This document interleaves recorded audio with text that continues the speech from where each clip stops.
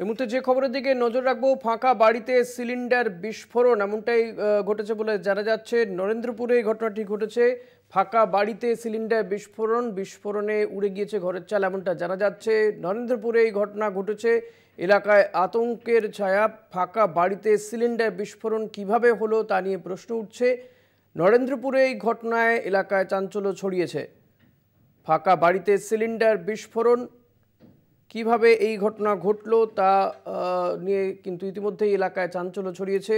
বিস্ফোরণে উড়ে গিয়েছে ঘরের চাল।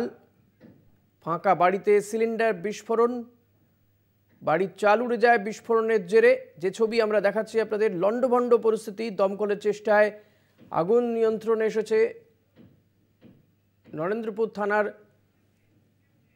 জগদীপোতার ঘটনা। সুখদেব দে রয়েছে। সুখদেব, ঠিক কি ঘটেছে এবং এই ঘটনায় কোনো হতাহতের খবর রয়েছে কি? যদিও ফাঁকা বাড়িতে সিলিন্ডার বিস্ফোরণ হয়েছে বলে আমরা জানতে পারছি।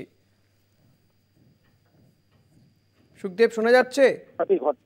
হ্যাঁ, ঋষিকে শোনা যাচ্ছে। দেখো, আজ দুপুর ঠিক 2:30 নাগাদ এই ঘটনাটি ঘটে। পুলিশ সূত্রে যেটা জানা যায়, সিলিন্ডার ব্লাস্ট করেই এই ঘটনাটি ঘটে। আর যেই সময় ঘটনাটি ঘটে সেই সময় বাড়িতে কেউ ছিলেন না। তার কারণেই বাড়িতে থাকতো শম্ভু নস্কর ও তার স্ত্রী আর বাচ্চা থাকতো।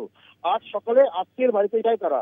দুপুরে আচমকা বিস্ফোরণ খবর পেয়ে তারা ঘটনাস্থলে আসে এবং পাশাপাশি দমকলের 2টি ইঞ্জিন ঘটনাস্থলে আসে, এসে আগুন নিয়ন্ত্রণে আনে। এখনো পর্যন্ত ঘটনাস্থলে রয়েছে নরেন্দ্রপুর থানার পুলিশ। ঋষিকেশ। সুখদেব, ক্ষয়ক্ষতির পরিমাণ কিছু জানা গিয়েছে? দেখো, ক্ষয়ক্ষতি বলতে যেই বাড়িতে বিস্ফোরণটি হয়েছে, জগদীপোতা একটি প্রাইমারি স্কুল রয়েছে, সেই প্রাইমারি স্কুলের পিছনে একটি বাড়ি। সেই বাড়ির পুরো এই বিস্ফোরণের ফলে বাড়ির পুরো চাল উড়ে যায়। চাল উড়ে যাওয়ার পরেই এলাকার লোকজন আতঙ্কিত হয়ে পড়ে। এই ঘটনায় সব মিলিয়ে এলাকায় ব্যাপক চাঞ্চল্য রয়েছে এই মুহূর্তে। ঋষিকেশ।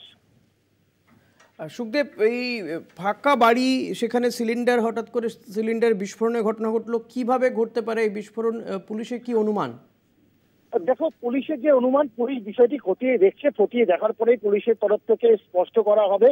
এবং দমকলের তরফ থেকে আমরা যেটা জানতে পেরেছি, দমকলের তরফ থেকে যেটা জানানো হয়েছে, কি কারণে এই বিস্ফোরণ আর এই ঘটনা কি করে ঘটলো তার তদন্ত যতক্ষণ না পর্যন্ত শেষ হচ্ছে ততক্ষণ কোনো কিছু বলা সম্ভব হবে না বলে জানাচ্ছেন দমকলের আধিকারিকরা। ঋষিকেশ।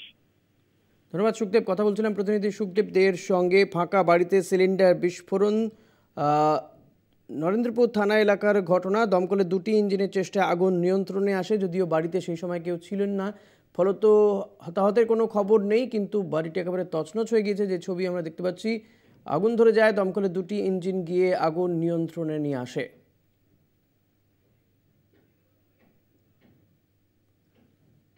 যে ছবি আমরা দেখাচ্ছি আপনাদেরকে, একেবারে বাড়িটি ধ্বংসস্তূপে পরিণত হয়েছে কার্যত। বিস্ফোরণে উড়ে যায় বাড়ির চাল। দমকলের 2টি ইঞ্জিনের চেষ্টায় আগুন নিয়ন্ত্রণে আসে।